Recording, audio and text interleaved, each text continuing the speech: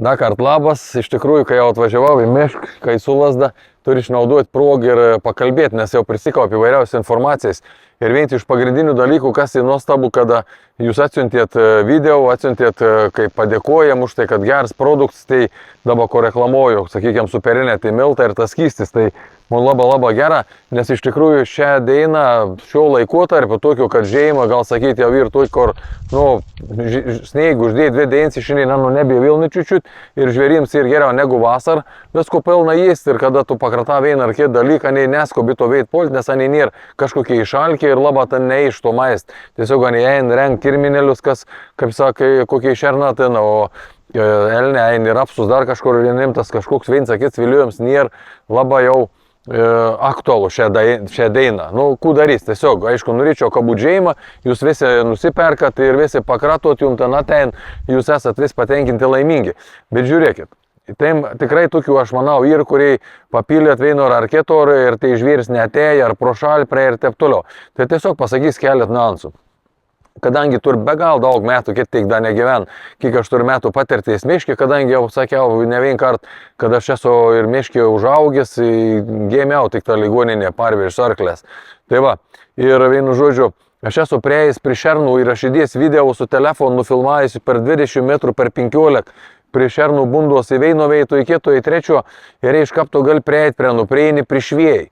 Ir jeigu tas pašars buvo pakratyts ir buvo iš kitos posviestas, gyvūns galėjo praeiti net 10-15 metrų kapavės pro šalį ir tiesiog neužaus.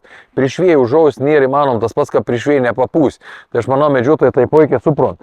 Esminis dalykas koks, nenusiminkit, vien žinokit, anksčiau vėliau ateis tas žvėris, užėjęs, užaus, atsiras ta žėjima, prasidės. Bet kada tas žvėris užėjęs ir paragaus, biškai atsiprašau, tai žinokit, bus ta veita, tiesiog, ta žvėris neveis ir eis dėl to, kad labai nam patink.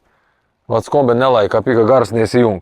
Tai va, ir ta žvėris eis ir eis į mituveit, tiesiog turėkit kontrybės ir neskubėkit. O aš vis daugiau darysiu video ir jums rodysiu ir dabar vatko jau ein gerin, tai padarysiu, čia tikriausiai galbūt atveš kamerą, pastatysiu, kad nufilmuot ir tus video parodyt, kaip tai žvėriuką atei jėd, lapės į tuos jėd, niek negaliu padaryti, kad sak, mums nereik, kad ten kapavys dateitom, sakykiam, elne, bet jeigu ein, arba ten šerna, ein, reiškia, jeigu elnė ar stirnas, šernas eis bet kur katė, nes kitsak mes nenoriam tų šernų, visokių tų atsiliepimų ir niek nepadarys.